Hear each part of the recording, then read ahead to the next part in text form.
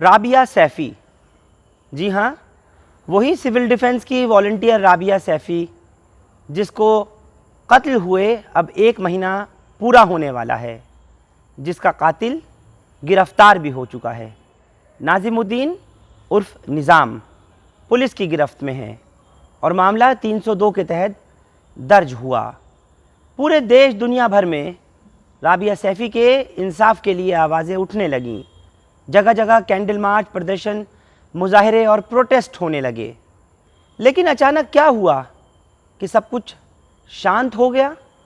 राबिया सैफ़ी को इंसाफ दिलाने वाले अब कुछ और बातें करने लगे हैं। और क्या हुआ उन कैंडल मार्चेस का, उन प्रोटेस्ट्स का, उन प्रदर्शनों का जो राबिया के माँ बाप को इंसाफ दिलाने के लिए उठाई जा रही आवाज़ें थीं, वो भी ऐसा लगता है कि अब खामोश हो गई हैं या अचानक कहीं गुम हो गई हैं। राबिया सैफ़ी को लेकर के तरह तरह के वीडियोस, फोटोग्राफ्स, निकाह कर लेने की बात, एफिडेविट और बहुत कुछ सोशल मीडिया पर पिछले हफ्ते से लगातार वायरल हो रहा है। राबिया सैफ़ी 26 अगस्त 2021 से अपने घर से मामूल के मुताबिक ड्यूटी के लिए सुबह गई थी, लेकिन उसके बाद लौट कर नहीं आई। और क्या हुआ वो सारी दुनिया ने देखा। हिंदुस्तान लाइव ने लगातार उन खबरों को आप तक भी पहुंचाया।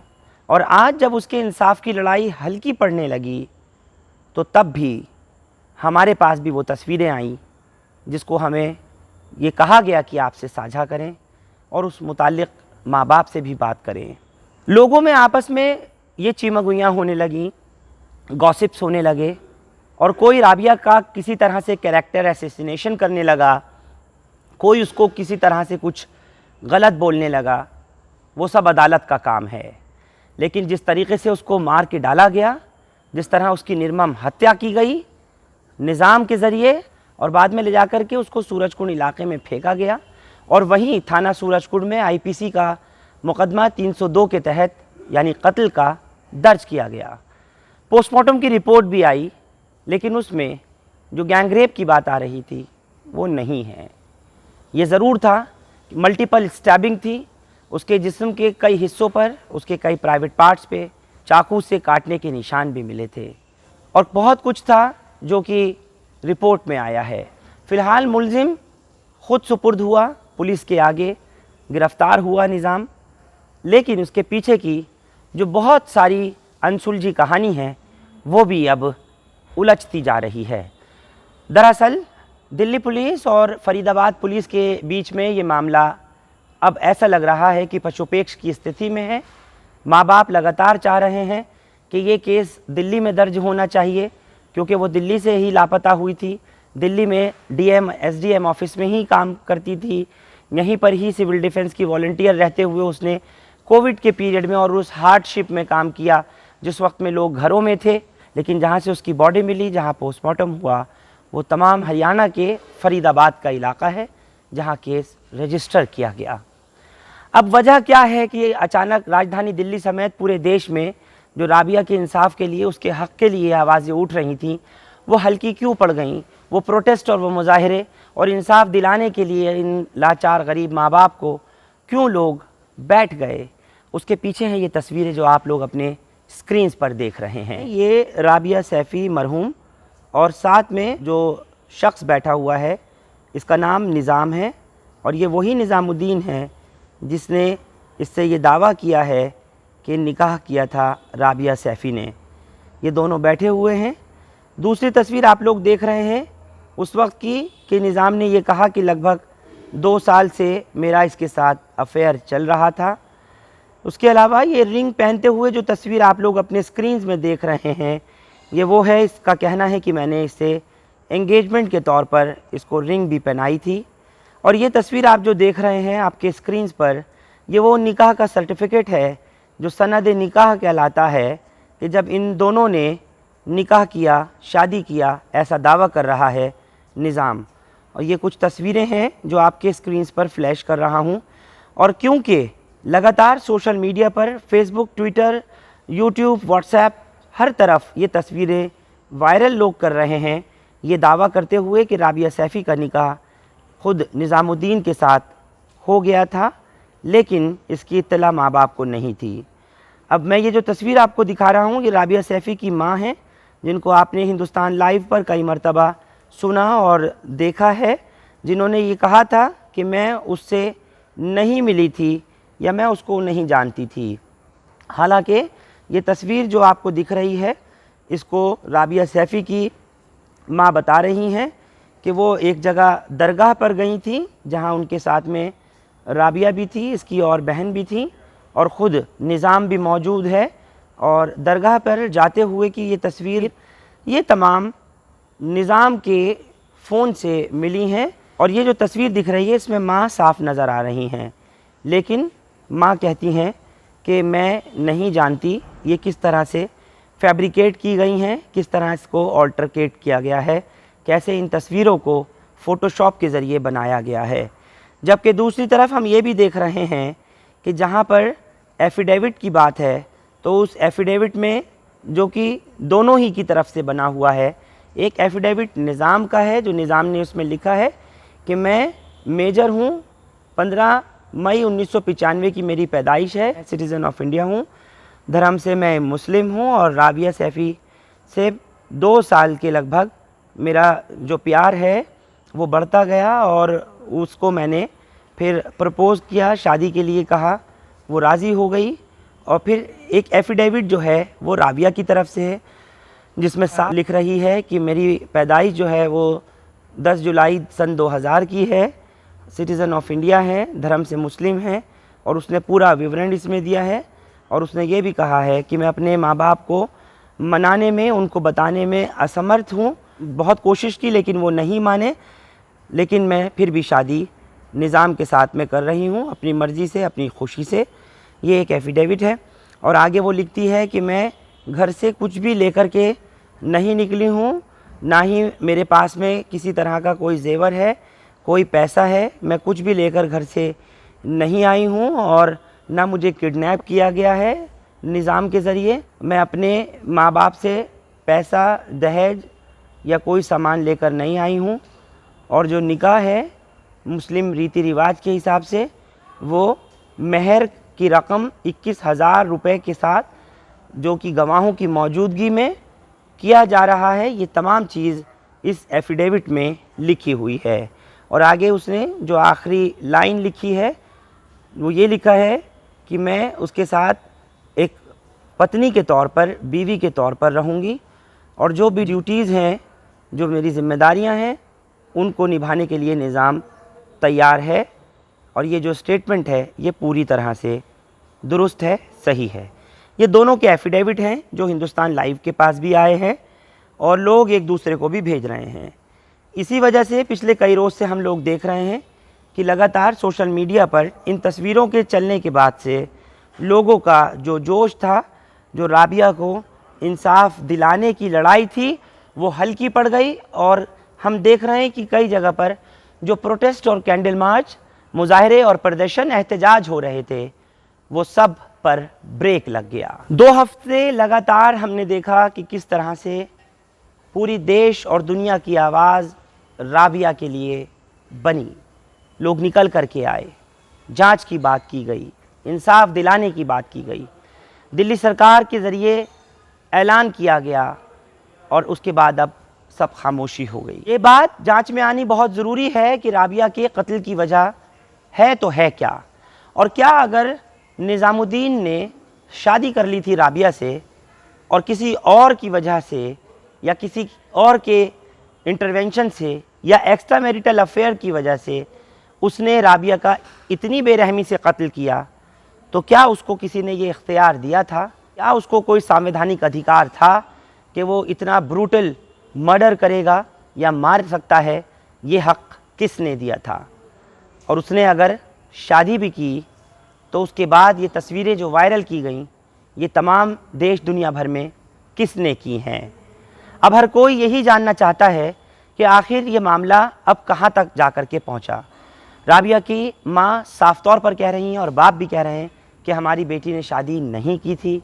माँ कहती है कि इस बारे में मुझे कोई इल्म नहीं है, जबकि हमने देखा कि जिन तस्वीरों को उन्होंने कहा कि ये फैब्रिकेट की गई हैं या फ़ोटोशॉप वगैरह से बनाई गई हैं, तो उन तस्वीरों के अंदर ये भी दावा किया गया है, मुल्ज़िम पक्ष की तरफ से ये भी दावा किया गया है, यानी निज़ाम के घर वालों की तरफ से कहा गया है कि राबिया की माँ सब कुछ पहले से जानती थी और वही उसके साथ पहले घूमने भी गई हैं, दरगाह पे चादर चढ़ाने भी गई हैं और उनके इल्म में भी था।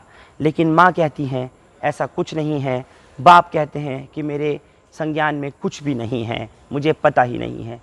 दूसरी तरफ हम ये भी देख रहे हैं कि अभी भी कुछ लोग हैं जो लगातार राबिया के लिए, उसके इंसाफ के लिए आवाज़ें उठा रहे हैं, कैंडल मार्चेस कर रहे हैं और इसी बुनियाद पर राबिया के घर के पास संगम विहार तालीमाबाद में एक शोक सभा रखी गई, एक कैंडल मार्च रखा गया जो यहाँ के मकामी लोगों ने किया, कुछ समाजी कारकुन ने, सोशल एक्टिविस्ट ने किया। यहाँ पर कलाम पाक की तिलावत भी की गई और मंत्र उच्चारण भी किया गया। एक पंडित को भी बुलाया गया, एक मौलवी को भी बुलाया गया और राबिया के इसाले सवाब के लिए, उसकी आत्मा की शांति के लिए बाकायदा प्रेयर रखी गई और पूरी तरह से उसको खराज अक़ीदत पेश की गई।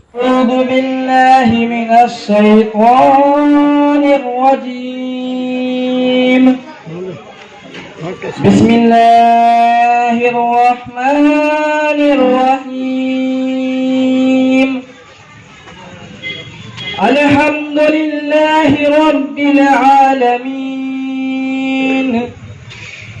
अर्रहमानिर रहीम मालिकि यौमिद्दीन। इय्याक नअबुदु व इय्याक नस्तईन। इहदिनस सिरातल मुस्तकीम सिरातल लज़ीना अनअमता अलैहिम गैरिल मग़दूबि अलैहिम वलद्दॉल्लीन।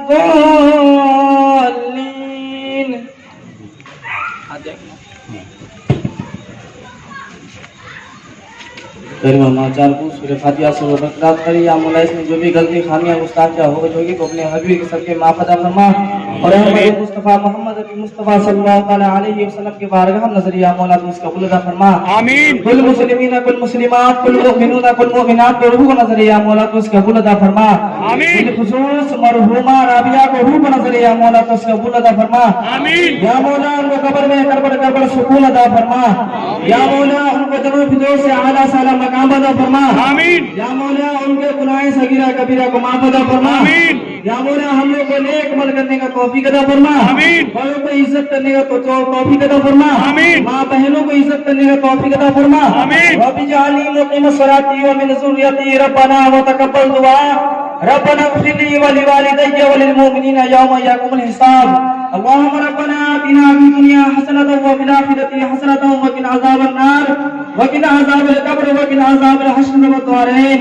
सुब्हान रब्बिका रब्बिल इज़्ज़ति अम्मा यसिफ़ून व सलामुन अलल मुरसलीन वल्हम्दुलिल्लाहि रब्बिल आलमीन।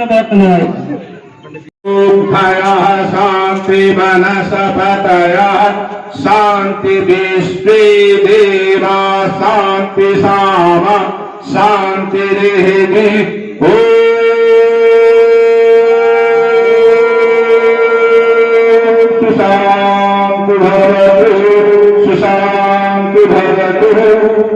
इसी तरह से कुछ दिन पहले की तस्वीर करदमपुरी इलाके से हमारे पास आई, बाबरपुर से हमको तस्वीर मिली, यहाँ तक कि उत्तर प्रदेश के अमरोहा में भी एक ऐसी ही शोक सभा रखी गई और वहाँ पर भी कैंडल जला करके राबिया को श्रद्धांजलि दी गई, उसे खराज अक़ीदत पेश किया गया।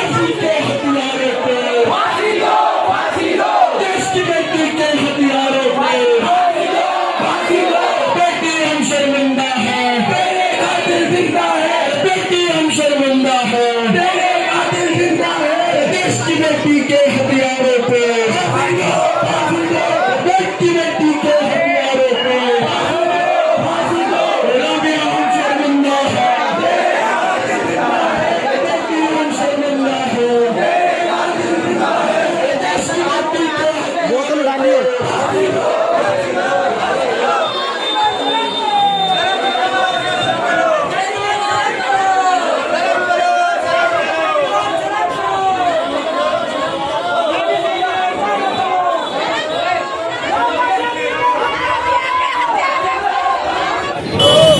के गुनाहगारों को फांसी दो, फांसी दो। राबिया के गुनाहगारों को फांसी दो, फांसी दो।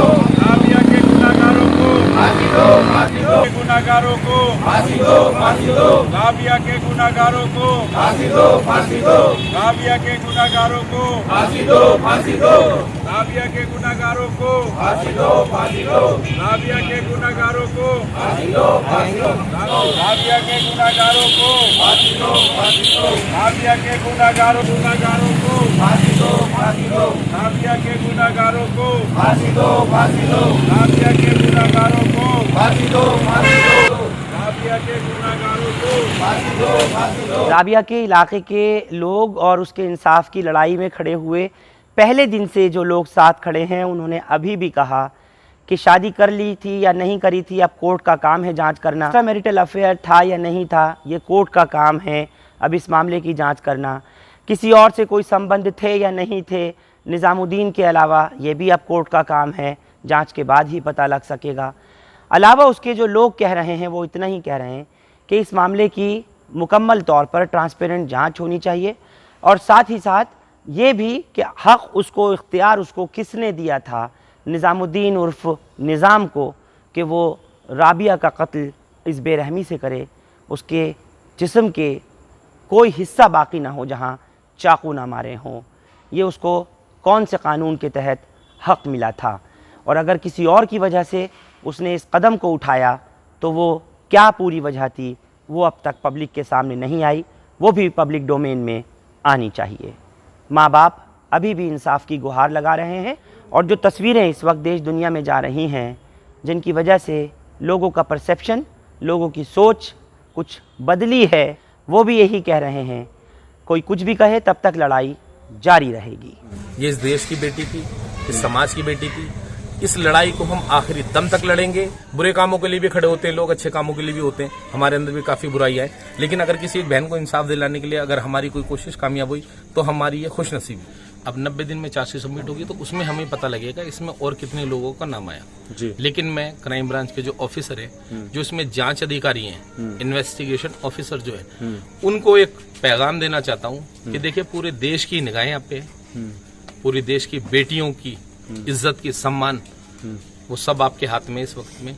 जो भी आप जांच करें, आपको उस रब का वास्ता जिसको मर के मुंह दिखाना है, उसको आप भगवान कह लें, अल्लाह कह लें, ईश्वर कह लें, या आप जिस रूप में मानते हैं, आपके घर में, आपके परिवार में बहन भी होगी, बेटियां भी होंगी।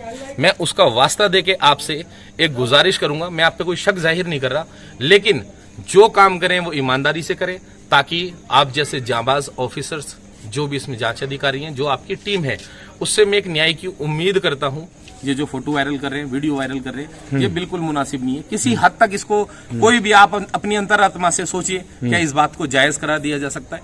क्या ये मेरी बहन होती, क्या ये आपकी बहन होती, या जो लोग मेरी आवाज को सुन रहे हैं उनकी बहन होती, तो क्या ये मुनासिब है? अगर कोई गलती, कोई खता किसी से हो गई तो आपका तो ये था कि आप ऐब लोगों के छुपाएं और अल्लाह आपके ऐब छुपाएगा। अगर अल्लाह ने आपकी ऐब को छुपा रखे हैं, आपको इज्जत बख्शी है, तो ये शुक्र की बात है, ना कि किसी को जलील करने के लिए इसको इस्तेमाल करा जाए। बेशक फैमिली तो नहीं कर रही है, बाकी जो बेशर्म लोग हैं जिनका इससे कोई ताल्लुक नहीं है, वो हमारे बीच के भी कई लोग हैं जो हमारे संगम विहार में भी रहते हैं। चलिए, जिन्होंने अनजाने से कर दी, उन कई लोगों ने माफी भी मांगी और अपनी गलती का उन्हें एहसास हुआ। एहसास नदामत बहुत अच्छी चीज है, लेकिन ये जो तरीका है कि मजाक लिखना, उस पे भद्दे कमेंट करना, उनके घर में भी बहन बेटियां हैं। देखिए, जो कोर्ट में साक्ष्य हैं अपने अपने बचाव के, उसको हम रोक नहीं सकते, वो संवैधानिक अधिकार है और हर इंसान को अपने बचाव को, निर्दोष होने का, पक्ष रखने का पूरा अधिकार संविधान देता है। लेकिन ये इस तरीके से, जिनके घर में बहन है, बेटियां हैं, से मगर खुदा न खास्ता किसी इंसान से गलती हो गई और वो इस दुनिया से, अब सबसे बड़ी बात जो सवाल है, वो इस दुनिया से रुखसत हो गई है, हम सबको उसकी आत्मा के लिए, उसकी रूह को सुकून के लिए और दुआएं मगफिरत करनी चाहिए। तो हम ये बेशर्मी हरकत कर रहे हैं। हिंदुस्तान लाइव फरहान याहिया यूट्यूब पर सब्सक्राइब कर सकते हैं और क्लिक कर सकते हैं बेल आइकन हमारी खबर की पहली नोटिफिकेशन के लिए। फेसबुक पर हमारा page Hindustan live Farhan Yahya follow और लाइक कर सकते हैं। शुक्रिया साथ जुड़ने के लिए। Thank you for now.